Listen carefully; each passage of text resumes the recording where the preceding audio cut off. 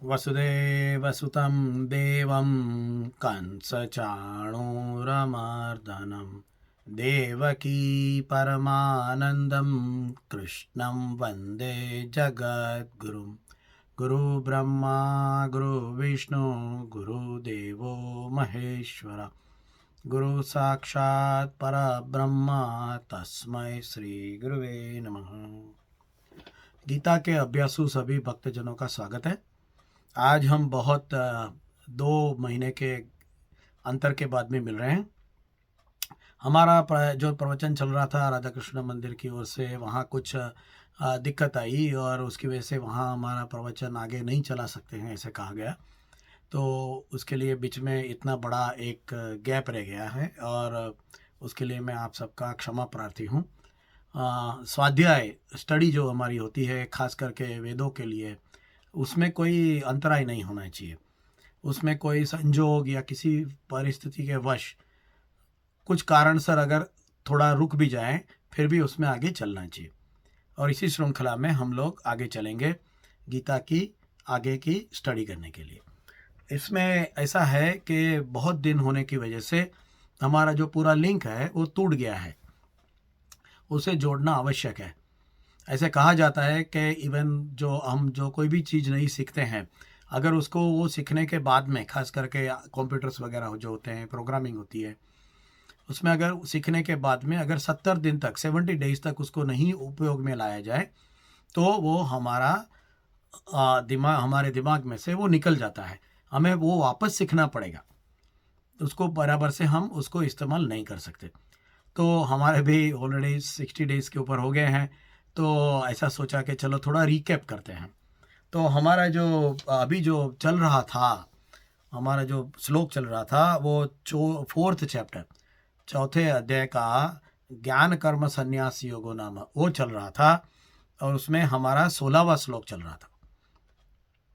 मगर हम लोग थोड़ा रिकैप करेंगे कि हम यहाँ कहाँ से पहुँचे, हमने कितना रास्ता अभी तक किया है।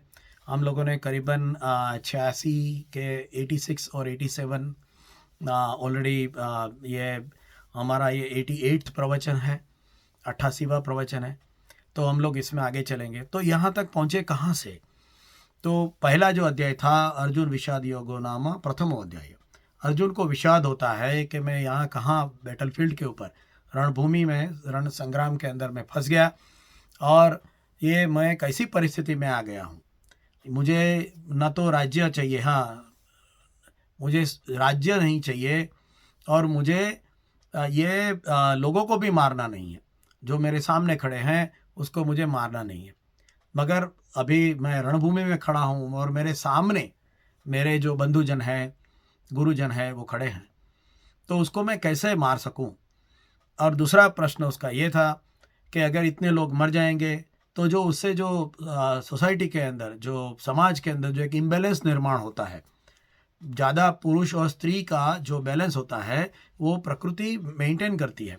मगर जब बहुत सारा युद्ध होता है तो उसमें बहुत पुरुष लोग ज़्यादा करके उसमें भाग लेते हैं और वो मर जाएंगे, तो उससे जो इम्बैलेंस, उससे जो परिस्थिति निर्माण होगी, वो परिस्थिति काफ़ी भयावह है, क्योंकि उससे व्यभिचार पैदा होगा, उससे लोगों को अपना जो वंश है उसका पता नहीं चलेगा। लुप्त पिंडोदक क्रिया, हाँ वो पिंड उदक, वो किसको बोलेंगे कि ये मेरे पिता और प्रपितामह है, मतलब उसको अपने कुल का गौरव कैसे रहेगा, ये उसका प्रश्न था। और उसका प्रश्न बहुत लॉजिकल है, क्योंकि आज की तारीख में भी अगर किसी को कहा जाए या पूछा जाए कि लड़ाई करनी चाहिए तो सब लोग कहेंगे लड़ाई नहीं करनी चाहिए। गीता भी यही कहती है, लड़ाई नहीं करनी चाहिए। लोग गीता को कभी कभी मिसअंडरस्टैंड करके मिसकोट करते हैं कि देखो गीता सुनने के बाद में तो अर्जुन ने लड़ाई की, मतलब गीता लड़ाई के लिए उकसाती है। ऐसा बिल्कुल नहीं है। तो ये हम लोगों ने फिर समझा सांख्य योग के द्वारा कि जीवन क्या चीज़ है। दूसरा जो अध्याय आया वो आया सांख्य योग, सांख्य योगो नाम द्वितीय अध्याय। सांख्य योग के द्वारा हमने समझा कि पुरुष, प्रकृति और परमात्मा, इसका रिलेशनशिप क्या है, इसका जो एक दूसरे के साथ में संबंध क्या है, और ये जो शरीर है वो हम नहीं है, ये सबसे बड़ी सी बात उसमें कही गई। आत्मा का आत्मा का एक प्रकार से हमें समझाया गया कि हम कौन हैं। हम शरीर नहीं है, हमारा जो बिलोंगिंग्स है, हमारी जो प्रॉपर्टीज़ है, हमारा घर है, मोटर गाड़ियाँ है, मिल्कत है, बीवी बच्चे हैं, माँ बाप है, भाई बंधु हैं, वो सब ये शरीर के साथ में ही हैं। मगर हम लोग उससे परे हैं, हम उससे आगे हैं। और सांख्य योग पूरा का पूरा इसके ऊपर हमें समझाया गया। उसके बाद में भगवान ने उसके आगे समझाते हैं, और फिर हम ऐसे करके हम चौथे अध्याय पर आए हैं। हाँ, तो चौथे अध्याय में क्योंकि भगवान ने उसे समझाया कि ज्ञान क्या चीज़ है, तो अर्जुन ने पूछा कि अगर आप ज्ञान की बात करते हो तो मुझे कर्मों में क्यों प्रवृत्त करते हो। यहाँ हम लोगों ने दूसरे अध्याय में स्थित प्रज्ञ के बारे में सोचा, और फिर कर्म प्रवृत्ति के लिए ज्ञान के बारे में सोचा। फिर चतुर्थ अध्याय में हम जब आते हैं तो हम ज्ञान कर्म संन्यास योग, ये एक ऐसा अध्याय है जो किसी भी व्यक्ति जो इंटेलेक्चुअल अपने को समझता है, जो गीता को और जीवन को एक बहुत ही बुद्धिवादी तरीके से, बुद्धि से समझना चाहता है, उसके लिए चतुर्थ अध्याय सबसे बेस्ट है। क्योंकि चतुर्थ अध्याय में ज्ञान से कर्म में संन्यास, ये उसका मतलब है। ज्ञान द्वारा कर्म करता है मगर कर्म में संन्यास रखना है। और इसमें हम लोगों ने देखा संन्यास का अलग अलग, लोग सोचते हैं संन्यास मतलब छोड़ देना, संन्यास मतलब सिर्फ भगवा कपड़ा डाल के जंगल में चला जाना, संन्यास मतलब शादी में नहीं बनाना, संन्यास मतलब नहीं कमाना, सांसारिक चीज़ों को छोड़ देना, मटेरियलिस्टिक वर्ल्ड को बुरा कहना, ये सब हम लोगों ने देखा। इसको सन्यासी नहीं कहते हैं, इसे ज्ञान नहीं है, ऐसे हम लोगों ने समझा था। तो कैसे काम करना चाहिए, वहाँ हम लोग रुके थे, और किसका क्या काम होना चाहिए, तो उसके बारे में हम लोगों ने एग्जाम्पल ली थी कि कोई एक ही चीज़ में अलग अलग व्यक्ति के अलग अलग काम होते हैं, और उसमें हम लोगों ने एग्जाम्पल लिया था। तो यहाँ हम लोग रुके थे। तो आज क्या करते हैं कि आज वो जो लास्ट जो हमारा प्रवचन था, उसको हम वही श्लोक को फिर से दोहराएंगे। उसकी वजह से हमें थोड़ा रिपीट भी होगा, और हमें याद भी आएगा कि हम कहाँ से छोड़ दिए थे और हम अभी आगे कहाँ से चलेंगे। तो मैं पहले ये जो 16वां जो श्लोक है चतुर्थ अध्याय का, उसका मैं पारायण करता हूँ। किं कर्म किम कर्मेति कवयोप्यत्र मोहितः तत्ते कर्म प्रवक्ष्यामि यज्ञात्वा मोक्षसे शुभात्। भगवान कहते हैं कर्म क्या है और अकर्म क्या है, इस विषय में बुद्धिमान पुरुष भी भ्रमित हो जाते हैं। किम कर्म किम अकर्मेति, कर्म क्या है और अकर्म क्या है, ये बुद्धिमान पुरुष भी समझ में नहीं लेता। कवयो, कवि, कवि का मतलब इंटेलिजेंट पर्सन, कवि का मतलब बुद्धिमान पर्सन, वाइज पर्सन। कवयो अपि, कवि भी, इवन वाइज पीपल ऑल्सो मोहिता। मोहिता का मतलब कंफ्यूज, मोहिता कंफ्यूज हो जाते, नहीं समझ में आता कि कर्म क्या है और अकर्म क्या है, करना चाहिए नहीं करना चाहिए। तत्ते कर्म प्रवक्ष्यामि, तो फिर क्या है, इसलिए मैं तुम्हें कर्म कहूंगा, अर्थात कर्म और अकर्म का रूप समझाऊंगा। तत्ते, इसलिए कर्म प्रवक्ष्यामि, प्रवक्ष्यामि मतलब कह रहा हूं, यज्ञात्वा मोक्ष से शुभात्, और जो ये ज्ञान प्राप्त करता है उसका क्या हो जाता है, जिसको जानकर तुम अशुभ से मुक्त हो जाओगे। अशुभ से मुक्त होना मतलब क्या, गलत तरीका, जो हम लोग गलत करते हैं जिंदगी में, गलत कर्म हो जाते हैं, करने वाले कर्म नहीं करते हैं, तो उससे हम मुक्त होंगे। कैसे मुक्त होंगे, कर्म और अकर्म के बीच में क्या फर्क है वो समझकर, ये भगवान कहते हैं। तो यहाँ हम लोग रुके थे, और यहाँ हम लोगों ने कर्म के और उसके बारे में काफ़ी सोचा भी था, और कर्म के अलग अलग प्रकार भी सोचे थे। तो उसमें हम लोग पहले ये करेंगे कि अब यहाँ सबसे बड़ी बात यह है कि कर्म करना चाहिए, बैठे नहीं रहना चाहिए। ये सबसे पहली गीता की सीख है। चलते रहो, चलते रहना चाहिए, रुकना नहीं चाहिए। चाहे कोई भी परिस्थिति निर्माण हो, चाहे कोई भी हमारे जीवन में कंडीशन आए, हमें रुकना नहीं चाहिए। हमें चलते रहना चाहिए। हाँ, नन्ही चींटी होती है, हम लोगों को पता है, वो गाना भी पता है। चींटी होती है, एक बड़ी सी ऐसी दीवार होती है या कोई ऐसा बड़ा सा जार होता है, उसके अंदर कुछ खाना है, उसको लगता है, उसको उसकी सुगंध आती है, तो चींटी क्या करती है, चढ़ना चालू करती है। मगर कभी कभी बहुत स्लोपी हो जाता है, चींटी भी पकड़ नहीं सकती, तो चींटी ऐसे टेढ़े मेढ़े रास्ते लेके चलती है, मगर आखिर में ऊपर पहुंचती है। चलते रहना चाहिए, कर्म करते ही रहना चाहिए, अकर्म नहीं रहना चाहिए। मगर फिर चलते रहना चाहिए तो कैसे चलते रहना चाहिए, और कर्म और अकर्म क्या चीज़ है, अकर्म मतलब क्या, कर्म मतलब क्या, और उसको अंडरस्टैंड करना डिफिकल्ट क्यों है। भगवान भी कहते हैं कि उससे समझना कवयोप्यत्र मोहिता, वाइज मैन भी उसमें कंफ्यूज हो जाते हैं। हाँ, उसमें वो लोग मोहित हो जाते हैं। तो ऐसा क्यों भगवान कहते हैं? भगवान खुद कहते हैं कि उसमें कंफ्यूज होते हैं, तो कंफ्यूज तो होंगे ही। और हमें पता है कि हम लोग वाइज हैं, मगर कितने वाइज हैं वो हम सब अपने अपने अंदर समझ सकते हैं। तो हम लोग इसके बारे में पहले ये सोचेंगे कि हम जो चीज़ को कर्म मानते हैं उसका डेफिनेशन हमारे दिमाग में ऐसा है, कर्म मतलब काम करना,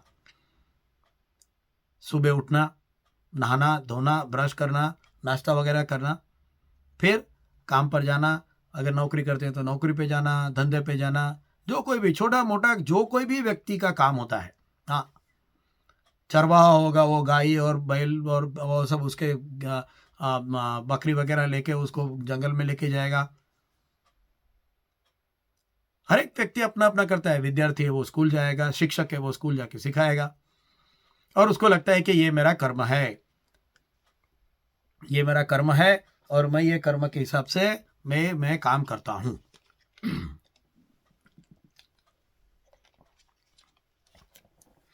ये हम सब लोगों में एक सिंपल सी समझ है। कर्म मतलब मेरा जो काम है वो करना। अभी इसमें हम लोग अलग अलग एक एक चीज सोचेंगे। एक चीज ये सोचिए कि अगर एक बच्चा है वो पढ़ाई कर रहा है, तो वो विद्यार्थी है, तो उसका कर्म क्या है, पढ़ाई करना। मगर जब उसने पढ़ाई कर ली और अभी उसको कुछ कमाना है, तो वो नौकरी करता है, धंधा करता है। तो अभी उसका काम हो गया धंधा करना, नौकरी करना, रोटी कमाना। तो क्या भगवान इसको कर्म कहते हैं? ये तो समझना बहुत सरल है। शरीर के लिए जो शरीर यात्रा जो है, बचपन से लेके जवानी से लेके बुढ़ापे के लेके मृत्यु तक की, वो यात्रा में प्रकृति जन्य कर्म तो हम करेंगे ही। हम सुबह उठेंगे ही, रात को सोएंगे ही, खाना खाएंगे ही। भगवान कहते हैं कि कर्म समझना मुश्किल है, तो ये तो समझना मुश्किल नहीं लगता, तो बहुत इजी लगता है। तो क्या भगवान इसको कर्म कहते हैं? प्रश्न ये उपस्थित होता है कि क्या भगवान इसको कर्म कहते हैं? कर्म क्या चीज है? और फिर अगर अकर्म है तो बैठे रहना क्या कर्म? बैठे रहना, कुछ काम नहीं करना, आलसी बन के बैठे रहना, वो क्या अकर्म है? मगर दूसरा अध्याय में तो कहा था कि कर्म के बगैर तू रह नहीं सकता। हाँ, सांस भी तो लेनी पड़ेगी, वॉशरूम जाना पड़ेगा, खाना खाना पड़ेगा, तो कर्म के बगैर तो रह नहीं सकता। तो अकर्म क्या है? तो यहां कर्म और अकर्म की जो व्याख्या है उसको ज्यादा डिटेल में समझना पड़ेगा। और हम जिस क्रिया को कर्म मानते हैं वो शायद अकर्म भी है, और विकर्म मतलब गलत कर्म भी है। तो हमारे सामने तीन शब्द आएंगे, कर्म, अकर्म और विकर्म। उसको समझना पड़ेगा ताकि हम उसको वो व्याख्या के अंदर बिठा सकें। कोई पूछेगा इतना ज़्यादा क्यों डिटेल में जाना? भैया अपना अपना सीधे से काम करो, ऐसा नहीं है। उसका रीज़न ये है कि अब अगर हम लोग ये सोचेंगे कि हमारी ज़िंदगी में हम हमेशा कोई भी डिसीजन वो समय पर बेस्ट लेते हैं, है ना। हम सब लोग डिसीजन लेते हैं हमारी ज़िंदगी के अंदर कि भाई ये टाइम पर ये काम करना है, तो बोलेंगे ये दिस इज़ द बेस्ट, ये धंधा करेंगे सबसे अच्छा चलेगा, ये पढ़ाई करेंगे आगे जाके अच्छी नौकरी मिलेगी। फिर आगे जाके चलते हैं, अरे ये गलती कर दी, ये नहीं करना चाहिए था, ऐसा लगता है ना। हम लोगों को लगता है कि हम जो काम कर रहे हैं वो गलत हो गया, 4 साल पहले मुझे ये नहीं करना चाहिए था। और ऐसे ही पूरी जिंदगी का जब भार हो जाता है, हाँ, पाप भूमि से भारी, इतने सारे गलत काम हो जाते हैं कि वो व्यक्ति वो भार से दब जाता है। इसलिए बोलते हैं हंसते हंसते कि बूढ़ा ऐसे झुक जाता है। बूढ़ा क्यों झुक जाता है? क्योंकि उसके ऊपर बहुत पाप का भार हो जाता है। तो वो ऐसा तो हमें समझना पड़ेगा। तो कर्म का जो अनुसंधान है वो व्यक्ति और व्यक्ति के भाव के ऊपर है। कर्म का अनुसंधान व्यक्ति और व्यक्ति के भाव के ऊपर है। एक ही प्रकार का कर्म एक व्यक्ति के लिए कर्म हो सकता है, दूसरी व्यक्ति के लिए अकर्म हो सकता है और तीसरी व्यक्ति के लिए विकर्म हो सकता है, चाहे एक्शन सेम हो। Even with the same action, that work will be, for a person it will be a karma, for the other person it will be a akarma, and the third person it will be vikarma. ये समझना पड़ेगा, तभी हम समझेंगे कि अकर्म और ये कर्म क्या है। और ये समझने से क्या होगा, हम हमारी जिंदगी में डिसीजन सही तरीके से ले सकेंगे। ये सब करने की आवश्यकता इसलिए है कि हम हमारी जिंदगी में खुशहाली से जिए, हम हमारी जिंदगी में ऐसे जिए ताकि जब हमें जाने का समय आए तो रोना ना हो, दुख ना हो, रिपेंटेंस ना हो, पश्चाताप ना हो, परिताप ना हो, ये सब ना हो। इसके लिए यह है, जिस क्रिया को कर्म मानते हैं वो कर्म भी हो सकता है, अकर्म भी हो सकता है। कर्ता के भाव के अनुसार कर्म का स्वरूप बदलता है। जैसे कर्म स्वरूप से सात्विक दिखता हुआ भी यदि है, मगर कर्ता का भाव अगर राजस या तामस हो तो वो कर्म भी राजस या तामस हो जाता है। जैसे दान देना ये अच्छी बात है, दान देना चाहिए, मगर अगर कुपात्र को दान दे दिया तो वो आदमी दूसरी जगह जाके दूसरों को परेशानी करेगा। दान भी देना तो किसको देना, तो जब दान को हम कुपात्र को दान देंगे तो वो उसका विकर्म हो गया, खराब कर्म हो गया। वो कुपात्र को दान नहीं देना चाहिए, गलत आदमी को सपोर्ट नहीं करना चाहिए। तो पहले तो हम कर्म में भी किसके किसके पार्टनर हैं वो समझेंगे, क्योंकि कोई बोलेगा अच्छा वो तो दूसरा करता है, मैंने नहीं किया। और इसका बेस्ट एग्जांपल हम लोगों ने लास्ट टाइम लिया था, हम लोग फिर उसको रिपीट करेंगे। और वो सबसे दुखद एग्जांपल है भारत के इतिहास के अंदर, ये सबसे बुरा एग्जांपल है जो है द्रौपदी चीरहरण का। द्रौपदी चीरहरण के समय क्या हुआ, द्रौपदी चीरहरण के समय पांडव थे, वो बोलते हैं हम तो हमारे को जुए में हार गए हैं, हम अभी इनके गुलाम हैं, वो जो बोलेंगे वो करेंगे, हमारी पत्नी का भी चीरहरण हो रहा है, हम हमारा कर्म क्या गिनते हैं, मालिक का हमारे ऊपर जो हक है और जो वो हमें कह रहा है वो फर्ज बजाना, वो हमारा कर्म है, ऐसा पांडव समझते हैं वो समय पर। इसलिए वो चुप बैठे हैं। ऐसा नहीं कि उनको चीरहरण अच्छा लगता है, मगर वो चुप इसलिए बैठे हैं क्योंकि उनको वो समय ये लगता है कि अभी हम गुलाम हैं और दुर्योधन की आज्ञा मानना ये हमारा कर्म है। उसको वो समय वो कर्म लगता है, उसको वो समय ये नहीं लगता कि क्षत्रिय का धर्म जो है वो ये है कि किसी अबला की लाज बचाना, चाहे कोई भी कंडीशन हो। ये जो समझ है ना कर्म की, इसकी वजह से पांडव चुप बैठे हैं। भीष्म, द्रोण, वो लोग क्या हैं, वो बोलते हैं कि हम राज्य सिंहासन से बंधे हुए हैं, इसलिए सिंहासन जो डिसीजन लेगा उसको हम सपोर्ट करेंगे। सिंहासन के ऊपर बैठा हुआ धृतराष्ट्र अगर ये नहीं कहता कि इसको रोको तो हम नहीं रोकेंगे, क्योंकि हमारा कर्म धर्म के हिसाब से हमारा कर्म भी यह है कि हम राज्य की जो हमारी जो आज्ञा है वो मानेंगे। इसलिए ब्रह्मास्त्र का, पशुतापास्त्र का ज्ञान रखने वाले भीष्म, द्रोण, कृपाचार्य, ऐसे लोग भी चुप बैठे हैं, एक अबला नारी के शील की रक्षण नहीं करते हैं।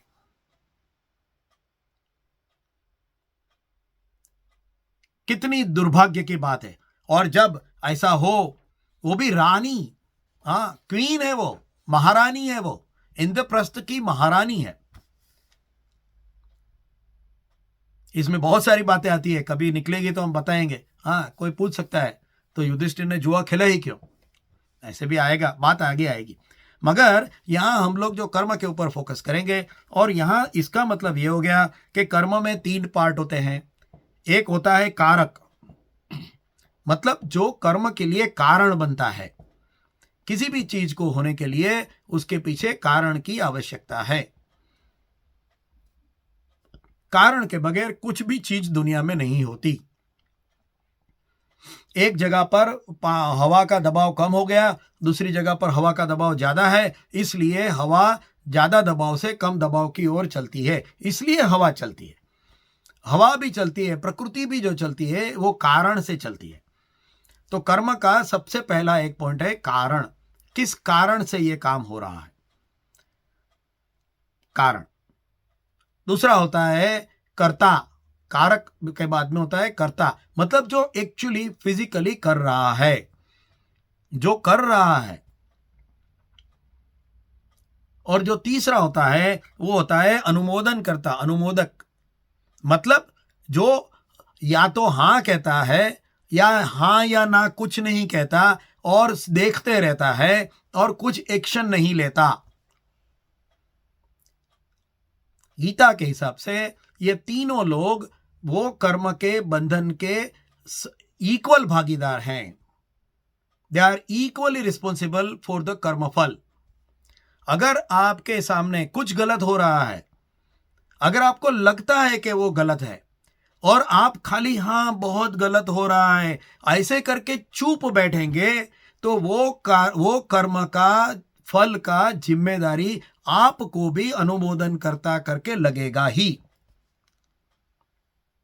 और ये लगा द्रौपदी चीरहरण के बाद में, जब कुरुक्षेत्र का युद्ध हो रहा है तो मरना पड़ा। ऐसा कोई कारण नहीं था कि अर्जुन तीर उठाकर गुरु द्रोण के सामने मारे, कोई कारण नहीं था। मगर गुरु द्रोण ने अनुमोदन किया। अपना जो कार्य है, एक ब्राह्मण का कार्य है, वो छोड़कर वो चुप बैठे, अनुमोदन किया। इसलिए वो भी उतने ही पाप के भागीदार बने जितने कर्ण, दुशासन और दुर्योधन बने। अनुमोदन करता ये बहुत अगत्य के लोग हैं आज की तारीख में, तो खास क्योंकि आज की तारीख में बहुत सारे लोग ऐसे हैं जो बाजू में खड़े रहेंगे। हाँ, रास्ते के सड़क के किनारे अगर 2 आदमी में कुछ मारपीट हो रही है, बाजू में 40 लोग खड़े रहेंगे, मगर कोई बचाने नहीं आएगा, कोई बोलने नहीं आएगा, कोई रोकने नहीं आएगा। हाँ, उसके लिए हम लोग एक मेटाफोर, एक अच्छा सा मेटाफोर कहते हैं, उदाहरण कहते हैं कि एक आदमी डूब रहा है, एक आदमी था तालाब में डूब रहा है समझिए, और उसके आजू बाजू में सब लोग आ जाते हैं। हाँ, बोलते हैं अरे ये तो डूब रहा है। वो आदमी बोलता है मुझे बचाओ, हाँ मैं डूब रहा हूँ, मुझे बचाओ। तो हर एक अलग अलग वैचारिक है, रिमेंबर ये मेटाफोर है, ये कोई फिजिकली नहीं आदमी डूब रहा है, ये मेटाफोर है, एक वैचारिक है इसमें। तो एक आदमी आता है, वो कहता है ये तो तेरा कर्म का फल है, तूने पूर्व जन्म में कुछ कर्म बुरे किए रहेंगे, इसलिए तू अभी डूब रहा है, तुझे तेरा कर्म का फल भुगतना पड़ेगा, ऐसा कहता है, और उसको निकालता नहीं है। फिर दूसरा आके कहता है, हाँ, वो बोलता है कि ये जो तू अंदर पड़ा हुआ है, ये होना ही था, प्रारब्ध। मनुष्य प्रारब्ध का एक पपेट, हाँ, एक कठपुतली है। तेरे प्रारब्ध में लिखा था कि तुझे डूबना है, इसलिए तू डूब जा, ऐसे कहते हैं। हाँ, फिर दूसरे भी आते हैं, हाँ, समाज शास्त्री आते हैं, बोलते हैं समाज को रोकना चाहिए, इनको समाज आके बोलना चाहिए और इसको निकालना चाहिए। देखो कोई नहीं आ रहा है, देखो बहुत चिल्लाएगा, हल्ला गुल्ला करेगा, मगर खुद नहीं निकलेगा। हाँ, वो समाज को गाली देगा। आजकल संस्कार खराब हो गए हैं, लोग बिगड़ गए हैं, व्यवस्था खराब हो गई है, ऐसे चिल्लाएंगे जोर जोर से, न्यूज़पेपर में आर्टिकल्स लिखेंगे,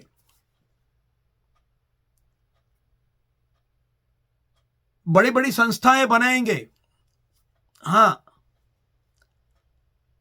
अबला बचाओ संस्था, बच्चों को बचाओ संस्था, गरीब उद्धारक संस्था, ऐसी संस्थाएं बनाएंगे।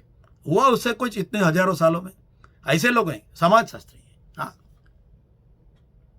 फिर विप्लववादी बलवाखोर भी आएंगे, वो भी बोलेंगे ये इसलिए डूब रहा है क्योंकि जो बाहर खड़ा है वो लोग बुरे हैं, इसलिए बाहर वालों को पीटो। वो उसको बचाने नहीं जाएगा, हाँ, वो बाहर वालों को पीटने के बोलेगा।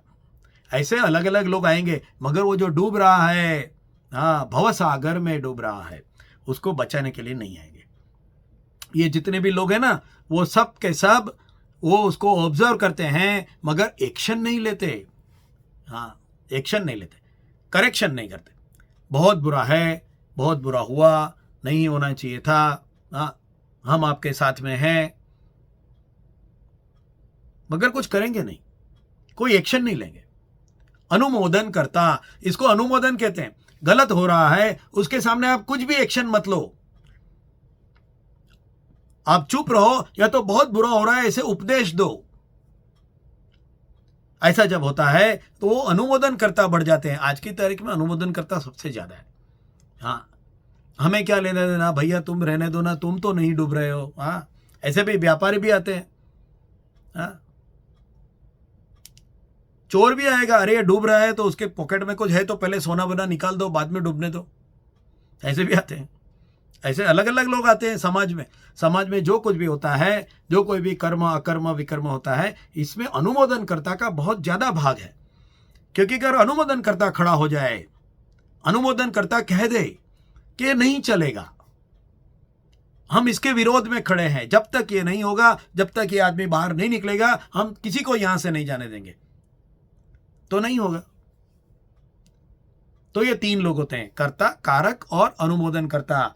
ये बहुत ही इंपॉर्टेंट है, ये समझना पड़ेगा। हाँ, ये जो हम देखते हैं समाज में, ड्रग एब्यूज है, गलत मैरिजेस होते हैं, हाँ, दोस्त है, वो बेटा बोलता है अरे मेरा दोस्त है वो पढ़ाई नहीं करता है, तो वो बोलते हैं अभी उसको रहने दे, तू पढ़ाई कर। मगर वो पिताजी जाके वो दोस्त के पिताजी को नहीं बोलेंगे कि आपके बेटे को भी देखना, वो आजकल नहीं पढ़ता है, मेरे बच्चे ने बोला। तो वो बोलेंगे रहने देना, हमको क्या है, तू पढ़ाई करना। नेचुरली वो लड़का फिर दूसरे 4 लोगों को लेके जाएगा, फिर बोलेंगे दोस्तों ने मेरे बच्चे को बिगाड़ दिया, मगर शुरू में तो तुमने ही अनुमोदन किया। ऐसा है। तो ये 3 चीज समझनी पड़ेगी। इसलिए हमारे सामने जो कुछ भी आता है, और अलग अलग है, एक बहुत सारे एग्जाम्पल है। हाँ, स्मोकिंग है, फैशन है, हम लोग बोलते हैं आजकल गलत कपड़े डालते हैं लोग, फटे हुए कपड़े डालते हैं। हाँ, लड़कियां छोटे छोटे कपड़े डालती है, हम अनुमोदन करते हैं। मीडिया में, मूवीज में ऐसी जो आती है, हाँ, जब चलते हैं स्टोर में देखते हैं कि फटी हुई जीन्स वहां रखी हुई है बिकने के लिए, हम जब वहां से पास हो जाते हैं, उसका मतलब यह हुआ कि हम अनुमोदन करते हैं कि ऐसी चीजें बिक सकती है। हाँ, ऐसी चीजें बिक सकती है, और इसलिए वो बिकेगी और लोग पहनेंगे। फिर हम बोलेंगे कि लोगों ने खराब कपड़े पहनना चालू कर दिए, मगर ऐसे कपड़े बेच ही नहीं सकते। तो और इसमें बहुत सारी चीजें, व्यक्ति स्वतंत्र का आ जाता है, बहुत सारे लोग हैं। एनीवे, हम लोग यहाँ समाज सुधार के लिए नहीं बात कर रहे हैं, हम लोग ये समझना की बात कर रहे हैं कि कर्म के लिए ये जो 3 भाग होते हैं, एक करने वाला, एक जो कारण बनता है, और एक अनुमोदन करता। हाँ, कारण बनता है भी होता है, जैसे जज, हम लोग खाली खराब नहीं, अच्छी भी एग्जाम्पल्स हैं। हाँ, जज होता है, जज होता है, वो क्या है, वो एक खाली वो करता है, जज है, वो बोलता है ये गुनहगार को 6 साल के लिए जेल की सजा हो जाए, ऐसा लिखेगा वो। हाँ, उसने लिखा, करता वो है, मगर कारण वो नहीं है, इसलिए उसकी जिम्मेदारी नहीं है, वो उसका कर्म है। ऐसा भी है। तो ये समझने की हम कोशिश करेंगे। अच्छा, दूसरी बात यहां कहते हैं भगवान के, ये सीक्रेट है। ये सीक्रेट क्यों है? क्योंकि ये आदमी के दिमाग में है। कर्म के पीछे का जो हेतु होता है वो व्यक्ति के दिमाग में होता है, इसलिए बाहर से देखने पर पता नहीं चलेगा कि वो जो कर्म कर रहा है वो अच्छा है या बुरा कर रहा है। हम लोगों ने एक एग्जांपल लिया था, एक औरत है, वो एक बच्चे को ऐसे उल्टा करके लटका रही है और ऐसे जोर से पीठ के पीछे मार रही है। हम बोलेंगे तू बच्चे को मार रही है ये तो औरत। फिर बाद में पता चले कि वो बच्चा गोली अटक गई है उसके गले में, इसलिए मार के निकाल रही है। फिर बोलेंगे हाँ अभी बराबर है। इसलिए सिर्फ देखने से कर्म का हेतु पता नहीं चलता, इसलिए वो सीक्रेट है। सिर्फ देखने से कर्म का हेतु पता नहीं चलता। और अशुभ बोला, अशुभ क्या है? मोक्ष से अशुभात, मोक्ष से, अशुभ से मोक्ष मतलब अशुभ से छूट जाना होता है। अशुभ क्या है? इनऑस्पिशियस।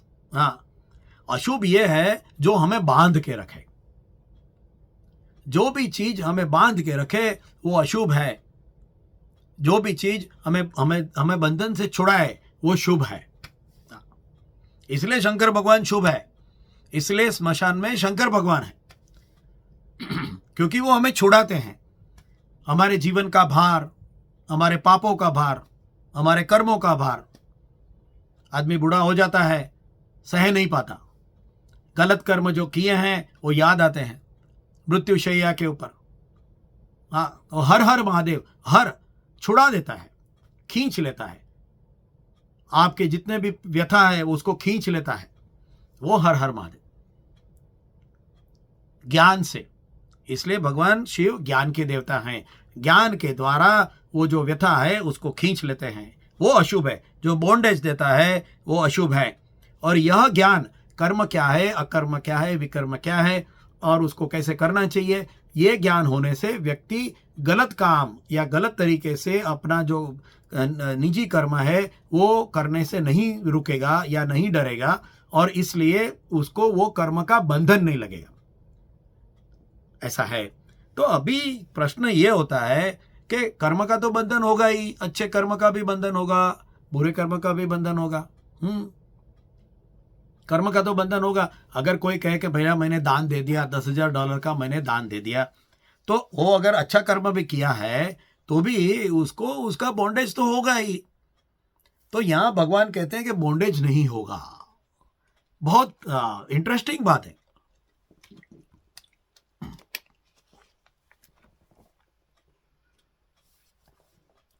बॉन्डेज नहीं होगा। ऐसा कौन सा कर्म हो सकता है जिसका बॉन्डेज नहीं होगा? हाँ, कोयले की वखार है, उसमें जाओगे तो काला तो लगेगा ही। अंदर जाओगे, बाहर आओगे और कुछ लगेगा नहीं, ऐसे कैसे होगा? भगवान बोलते हैं नहीं होगा, मोक्ष से सुबात। हाँ, तो उसके लिए आगे के श्लोक में जाएंगे और उसके सोचेंगे उसके बारे में भी कि भाई क्या कहना चाहते हैं भगवान। तो जो 17वां श्लोक है 17, 4th चैप्टर का, उसका मैं चैंटिंग करूंगा। कर्मणो यपि बोद्धव्यम, बोद्धव्यम च विकर्मणः, अकर्मणश्च बोद्धव्यम, गहना कर्मणो गतिः। गहना कर्मणो गतिः। कर्म जो है उसकी गति गहन है, डीप है, डिफिकल्ट टू फाथोम, अंडरस्टैंड करने के लिए मुश्किल है, ऐसा भगवान कहते हैं। हाँ, यहां जो शब्द आता है बोद्धव्यम, बोधव्यम नहीं है, बुद्धव्यम है। ध के साथ में द लगा के बोद्धव्यम कहा गया है। बोद्धव्यम, बोद्धव्यम मतलब यू मस्ट अंडरस्टैंड। हमारी जिंदगी में ऐसी बहुत सारी चीजें आती है जो कभी अंडरस्टैंड करनी होती है, कभी बोलते हैं जाना इसमें क्या अंडरस्टैंड करना है, उसको दे देना। ये जो चीज है यहां भगवान बोलते हैं बोद्धव्यम, यू मस्ट अंडरस्टैंड। आप अंडरस्टैंड करना ही चाहिए। अगर आपको जिंदगी में कर्म के बंधन से बाहर निकलना है तो ये आपको बोद्धव्यम समझना ही पड़ेगा। क्या? कर्मणो यपि बोद्धव्यम। हाँ, रिकमेंडेड एक्शन क्या है? कर्म, रिकमेंडेड एक्शन वो क्या है? अकर्म, कर्म, अकर्म, विकर्म और निष्काम कर्म, ये 4 के बारे में हम देख रहे हैं। तो पहला कर्म, कर्मणो यपि बोद्धव्यम, कर्म क्या है? बोद्धव्यम च विकर्मणः, विकर्म क्या है? अकर्मणश्च बोद्धव्यम, अकर्म क्या है? ये 3 चीजों को समझ लो, ऐसा भगवान कहते हैं। कर्म का तत्व भी जानना चाहिए और अकर्म का तत्व भी जानना चाहिए और विकर्म का तत्व भी जानना चाहिए, ऐसा भगवान कहते हैं।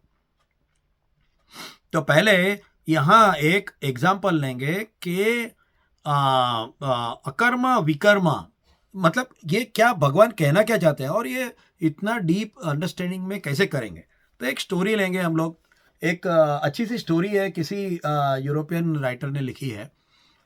वो स्टोरी के दो एंड है। वो स्टोरी छोटी सी है। उसमें ऐसा है कि एक माँ है और उसका एक छोटा सा बच्चा है। पिताजी नहीं है और वो माँ है, वो बच्चे को कैसे ऐसे तैसे करके पालती है। वो कुछ मुर्गियाँ रखी है, कुछ भेड़ बकरियाँ रखी है और उससे कुछ वो जीवन चलाती है और बच्चे को धीरे धीरे बड़ा करती है। फिर बच्चा बड़ा होता है, थोड़ा बच्चा 10-12 साल का हो जाता है, 15 साल का, तो वो उसके लिए एक साइकिल ला के देता है कि भैया मैं साइकिल लूँगा, मैं स्कूल जाऊँगा, मैं ये करूँगा वगैरह वगैरह।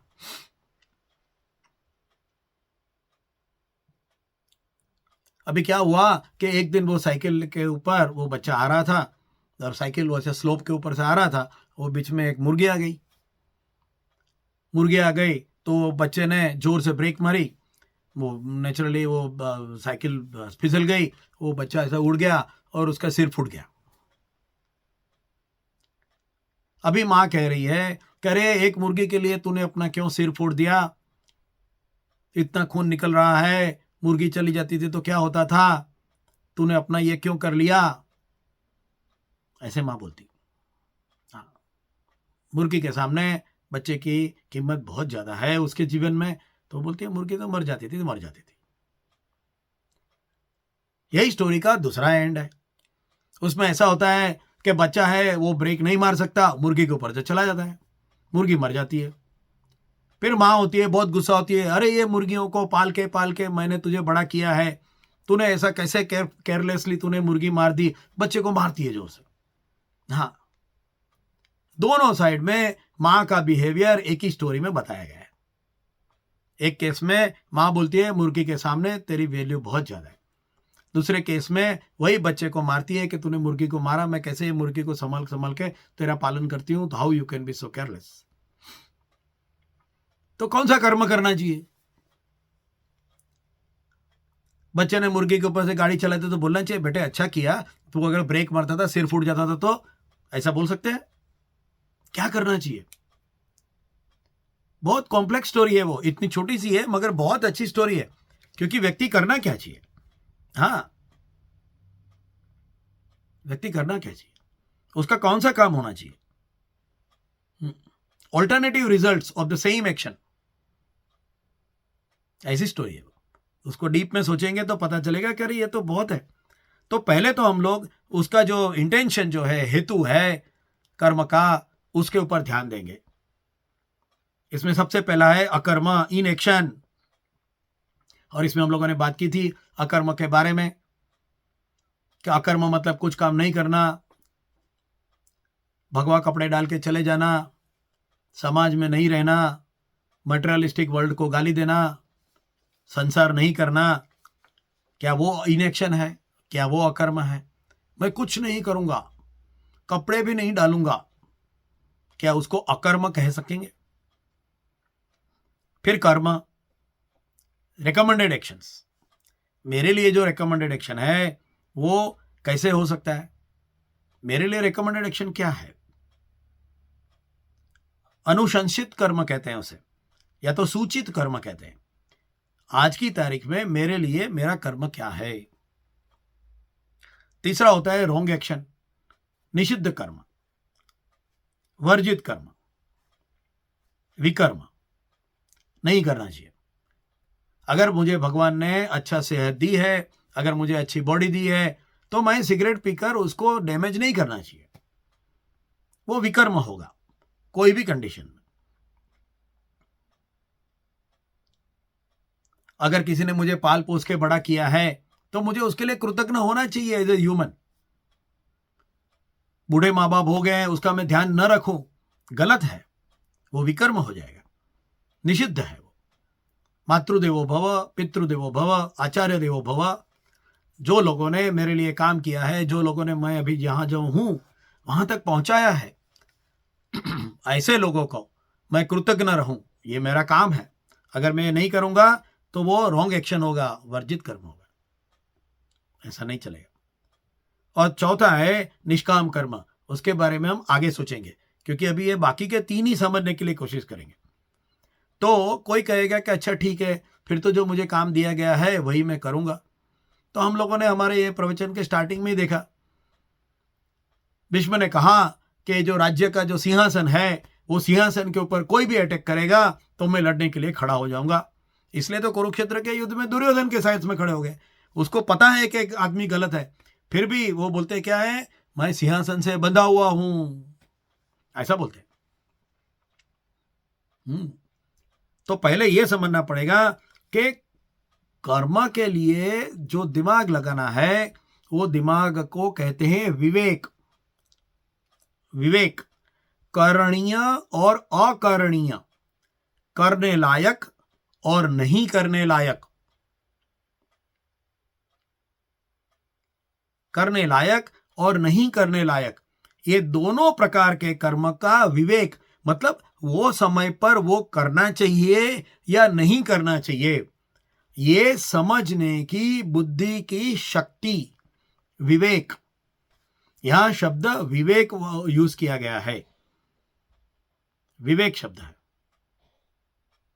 सामान्य बुद्धि नहीं है, कुशाग्र बुद्धि है, इसलिए विवेक है। आगे एक श्लोक आएगा, हमारे गीता में भी है। हाँ, विद्या विनय संपन्ने ब्राह्मणे गवि हस्तिनी शुनि चैना स्वपाके च पंडिता समदर्शिना। हाँ, पंडित हो गया, बहुत पढ़ा लिखा हो गया, गर्व से अपना सिर खड़ा कर देता है, पता है तुझे मैं डबल पीएचडी हूं। हाँ, ऐसे लात मार के चलता है दुनिया को, ऐसा नहीं चलेगा। विद्या विनय संपन्न है, विनय होना चाहिए जिंदगी में।